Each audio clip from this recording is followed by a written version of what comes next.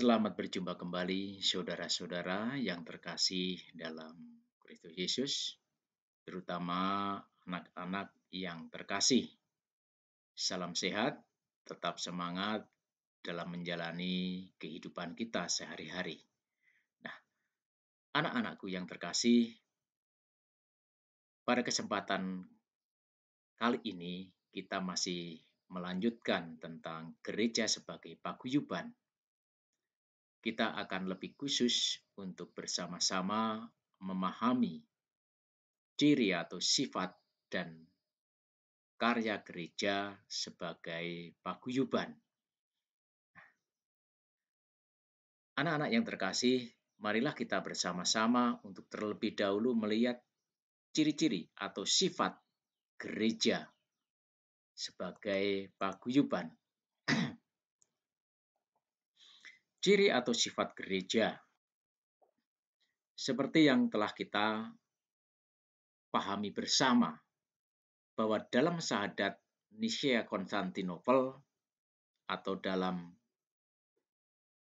doa aku percaya dirumuskan sebuah syahadat atau pengakuan iman berkaitan dengan gereja konsili merumuskan demikian. Aku percaya akan gereja yang satu, kudus, katolik, dan apostolik. Rumusan syahadat ini merupakan pengakuan terhadap 4 sifat gereja. Keempat sifat atau ciri gereja tidak boleh dipisahkan satu dengan yang lain. Sebab keempat ciri gereja ini merupakan pengakuan yang melukiskan tentang ciri-ciri hakikat gereja dan perutusannya. Mari kita lihat yang pertama. Yang pertama adalah gereja yang satu. Nah, gereja disebut satu karena satu Injil, satu baptisan, satu jabatan yang dikaruniakan kepada Petrus dan ke-12 rasulnya. Anak-anak yang terkasih, kesatuan gereja itu sendiri tidak sama dengan keseragaman. Kesatuan gereja lebih tepat dipahami sebagai kesatuan iman dalam keberagaman, cara ungkap, dan perwujudannya. Nah, Katekismus Gereja Katolik merumuskan bahwa gereja itu satu karena 3 alasan. Yang pertama, gereja itu satu menurut asalnya yang adalah Tritunggal Maha Kudus. Kedua, gereja itu satu menurut pendirinya, yaitu Yesus Kristus, yang telah mendamaikan semua orang dengan Allah Bapa melalui darahnya di salib. Ketiga, gereja itu satu menurut jiwanya, yakni Roh Kudus, yang tinggal di hati umat beriman, yang menciptakan persekutuan umat beriman, dan yang memenuhi serta membimbing seluruh gereja. Jadi dalam Katekismus Gereja Katolik, sekali lagi, gereja disebut satu karena 3 alasan. Satu, menurut asalnya, yaitu Tritunggal Maha Kudus. Satu, menurut pendirinya, yaitu Yesus Kristus. Dan satu, menurut jiwanya, yaitu Roh Kudus. Nah, kemudian yang kedua, gereja itu kudus. Gereja yang kudus berarti gereja yang menjadi perwujudan kehendak Allah yang Maha Kudus. Untuk sekarang juga mau bersatu dengan manusia, mempersatukan manusia dalam kekudusannya. Gereja yang kudus, gereja yang mengarahkan umatnya menuju kepada kekudusan. Gereja yang kudus ini dikatakan seperti itu karena juga tujuan dan arah gereja adalah kemuliaan Allah dan menjadi tanda keselamatan bagi umat manusia. Gereja adalah kudus karena gereja dijiwai oleh Roh Kudus. Semua orang dipanggil untuk berusaha menguduskan dirinya secara terus-menerus sesuai dengan pengakuan imannya terhadap gereja yang kudus itu. Kemudian yang berikutnya adalah gereja yang Katolik. Apa arti gereja yang Katolik itu? Katolik berarti umum, universal, meresapi segala-galanya.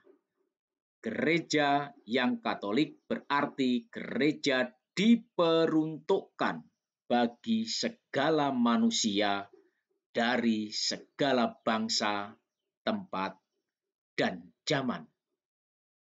Anak-anak yang terkasih, kata Katolik tidak hanya mempunyai arti geografis, artinya tersebar ke seluruh dunia, tetapi juga menyeluruh dalam arti lengkap, berkaitan dengan ajarannya, serta terbuka dalam arti tertuju kepada umat manusia. Maka singkatnya, bahwa gereja itu Katolik atau gereja itu bersifat Katolik karena terbuka bagi dunia, tidak sebatas pada tempat tertentu, bangsa dan kebudayaan tertentu, waktu dan golongan masyarakat tertentu. Kekatolikan gereja tampak dalam rahmat dan keselamatan yang ditawarkan iman dan ajaran gereja yang bersifat umum, dapat diterima dan dihayati oleh siapapun juga.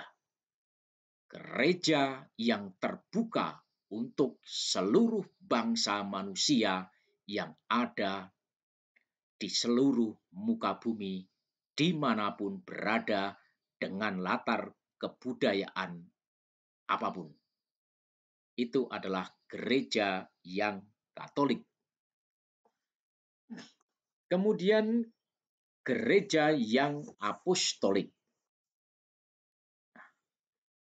Anak-anak yang terkasih,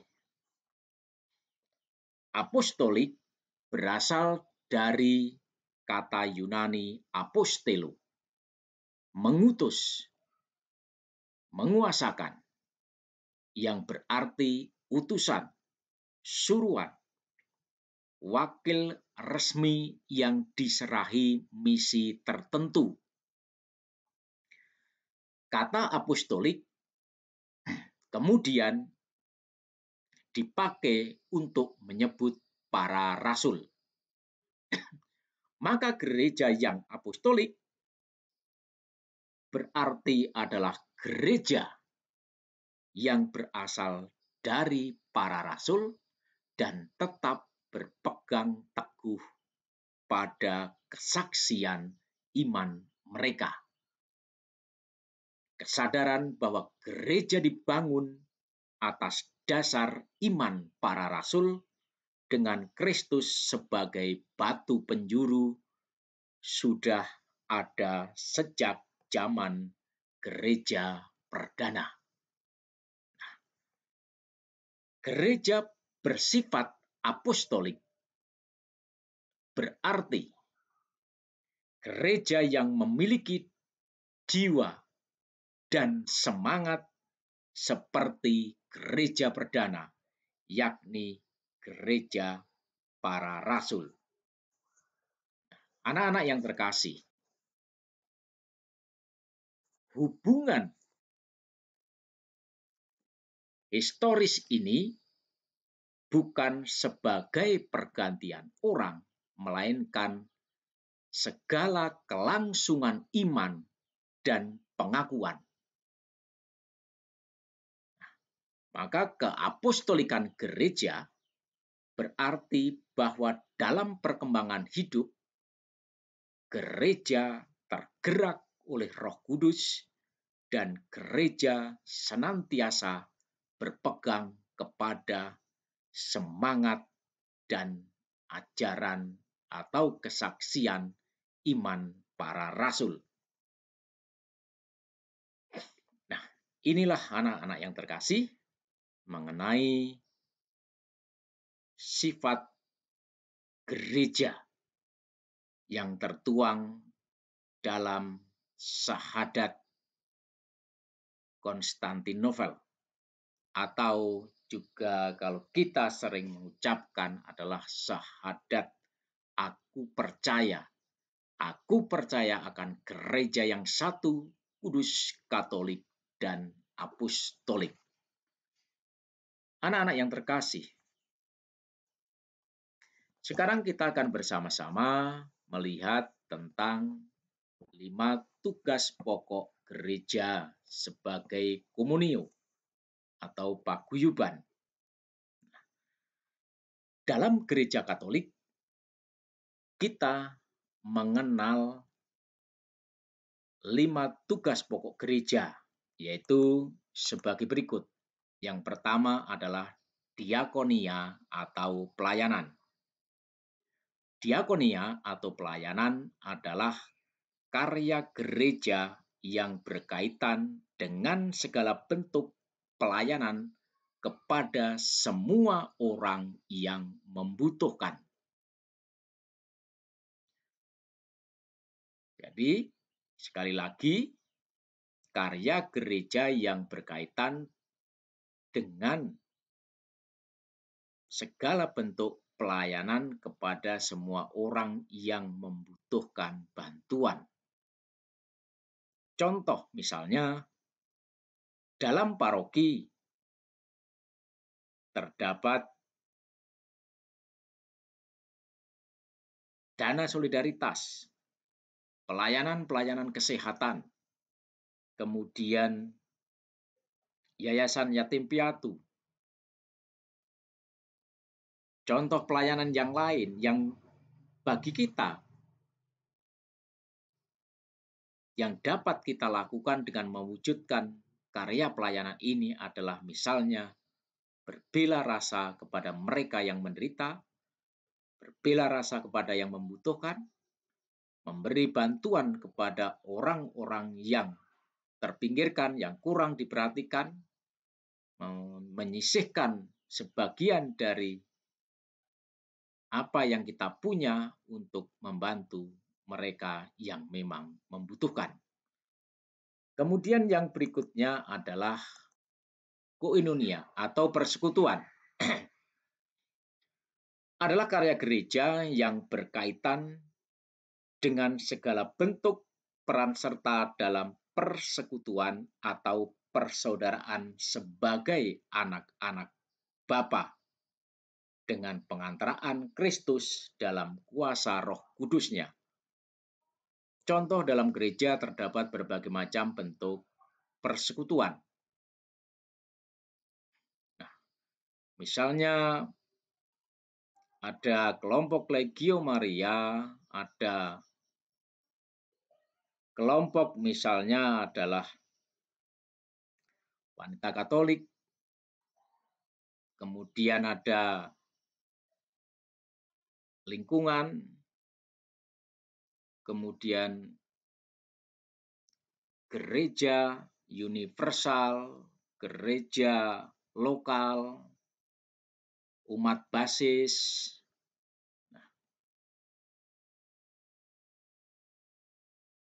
Persatuan gereja ini juga digambarkan dalam struktur kepemimpinan gereja,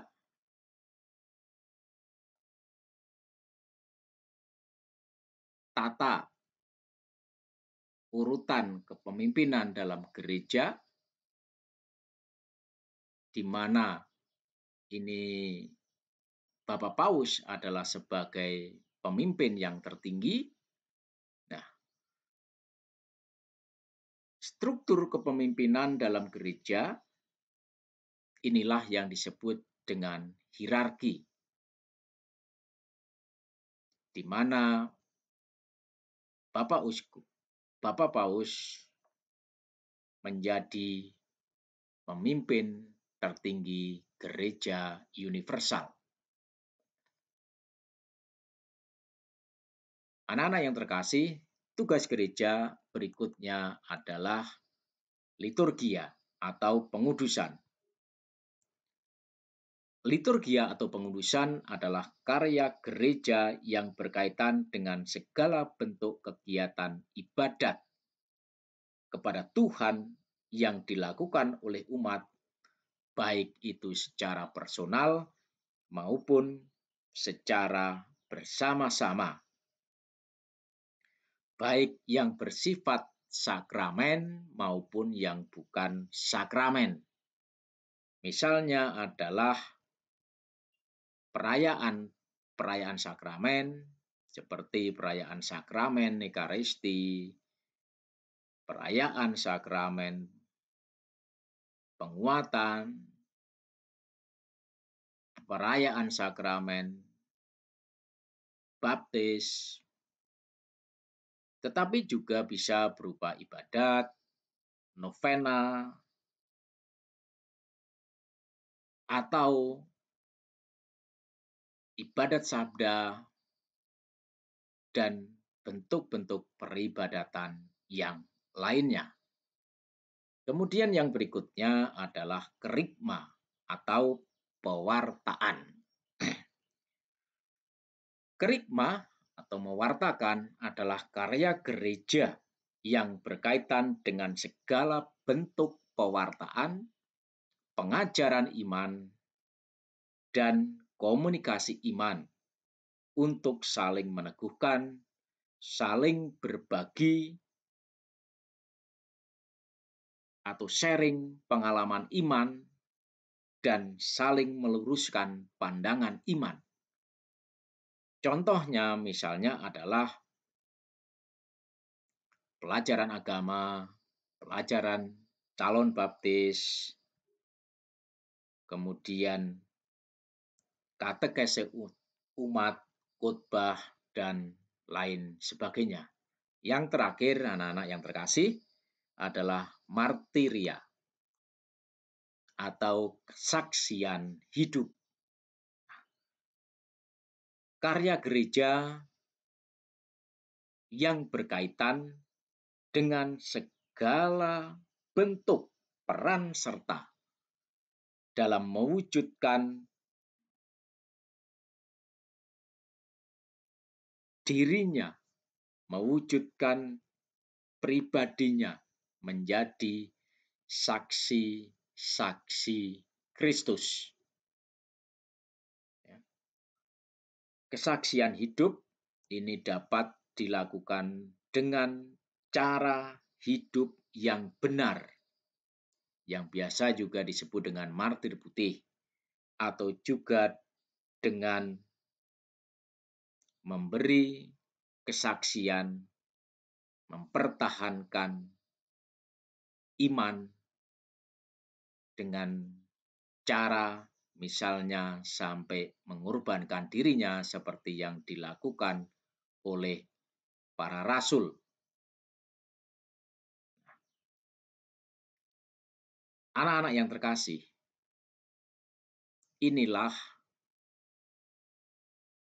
5 tugas pokok gereja.